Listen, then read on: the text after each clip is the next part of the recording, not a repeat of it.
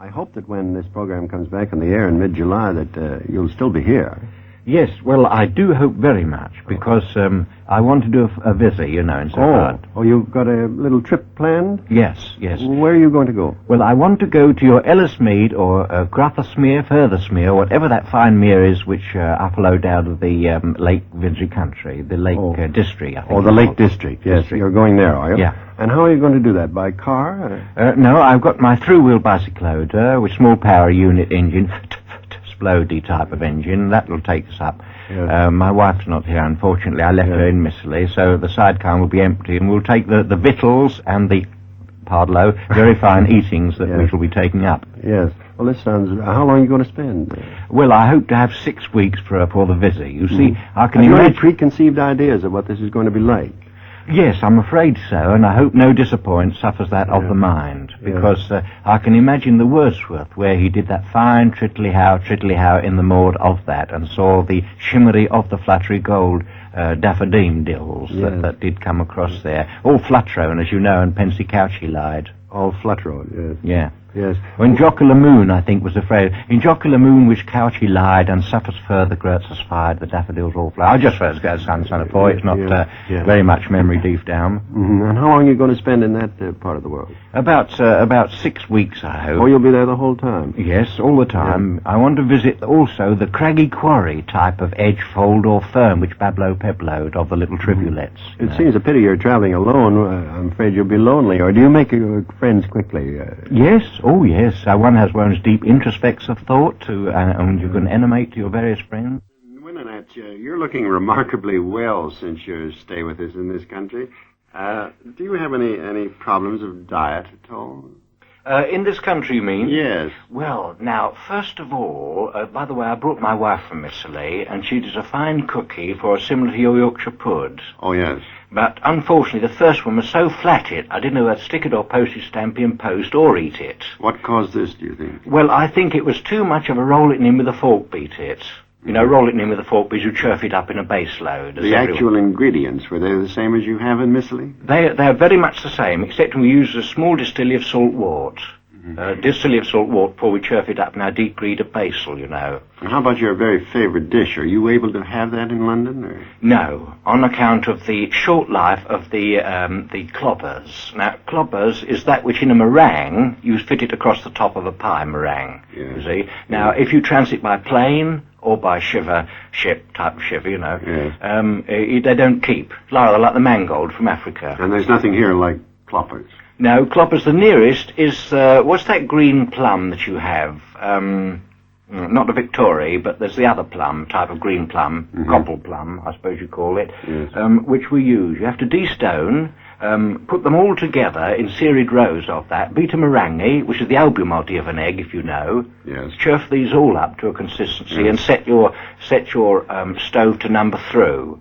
And then the heat risey half and causes a fine flavour on the top. You're fond of fruit, are you? Oh, fruit? Yes. Oh, yes, fine. We walk out every time at half-past fruit when the Malami goes first and pluck a straight new off the tree. Is this here, you mean, or in Missouri? Oh, no, Missouri. Yes, you don't do it here? We can't do it here. All I've managed to find out here is a bilberry, a loganberry, which I think... Loganberry, do you know? Yes, I do. Yes. And blackberry, which, of course, carry their small fungus if you catch them early enough. And, of course, there is the hybrid sort of blackberry flayed, which is for making wine, too. Yes. How about the English habit of drinking tea? Have you succumbed to that? Yes, I have. My wife's not too keen at the mode, but what we do is set our kettle boilie, you know, until it's just before that boil load. I watch somebody on your televiz do this, and then we churf quickly 1, 2, 3 and spoon straight in. Yes. Well, you say 1 for the pogger, yes, yes. Oh, we have 2 for the pogger, which means there's a dividing most between the 2 people, or 3 if drink it. Yes. What about other types of beverages, perhaps a little more interesting? Oh, well, we have the Evervessi wine. Evervessi wine. This is in Missouri. Yeah, would you like me to spell it? Yes. Yeah, Effervessi wine. Oh, yes. And that's Metzoff in terms, I know, but it sometimes makes things clearer. Do you find anything here comparable? No, except the nearest approach it we found was an ordinary suburban family who cut it, sliced it in half for those lumps of turnip and that, and sprinkled with a little yeasting. Yeasting, I think, is that the bakers obtain for about 3 ceps a pound. You are managing to get along quite well, then, with an English diet. Yes, occasional burp load between, but we take the little powders, which, it's a small noise, it's away. Yes. Pleasant. Yes, well, I think you've become very adaptable indeed. A lovely climb. Mr. Unwin, I'd be interested in knowing what you think of architecture in this country.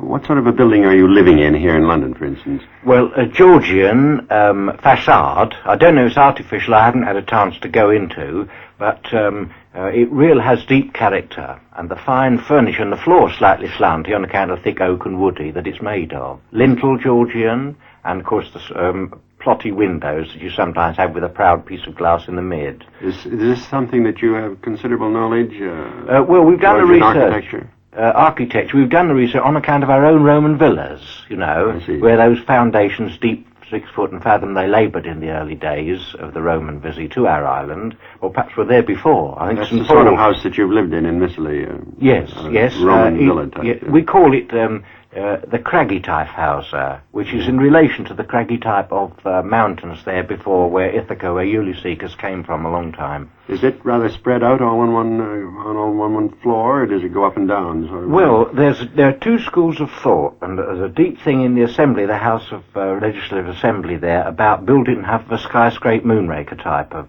building, which is inspired on account of the Chicago and the New Yorkie scrapers of that place of Long Island. You haven't many, have you? Quite a few. Have you? I've seen the blocky flatters there, where they lift up with a very short gnome. Does this interest you as a way of living? Well, this thing, you see, I'd like to sum it in a couplet, if I may, for that. Yes, indeed. Well, where the building rises half to the sky, nobody wears that foot out whime. What I mean is the climbing up as far as the steps are concerned, you see. I mean, after all, there's many a shorn off foot which is worn down to your upper toe neighbours, climbing all those steffers. I don't think the people will like it, Yes. What sort of neighbours have you here? Are they pleasant? Here? Oh, yes. Oh, yes. Every now and then there's talking over the fence and of a gossiper for the dale. My wife has a chinwaggy, I think is the nearest approach to your idiomatic talk it gossip-old across the fencings. What do you think about public buildings, libraries and that sort You know of many public houses where stand up and drink it? No, I didn't mean that exactly, but what do you think of them now? Well, the atmosphere of that bard, to me, is a real summit and a half of a cross-section of the British way of life, You approve? Oh, yes, because the brewed it and hop type manifests itself in the wonderful expression on the face load of the people congenially talk and drink it and pass the time of day and tell a short story. Does this sort of thing happen in Missile?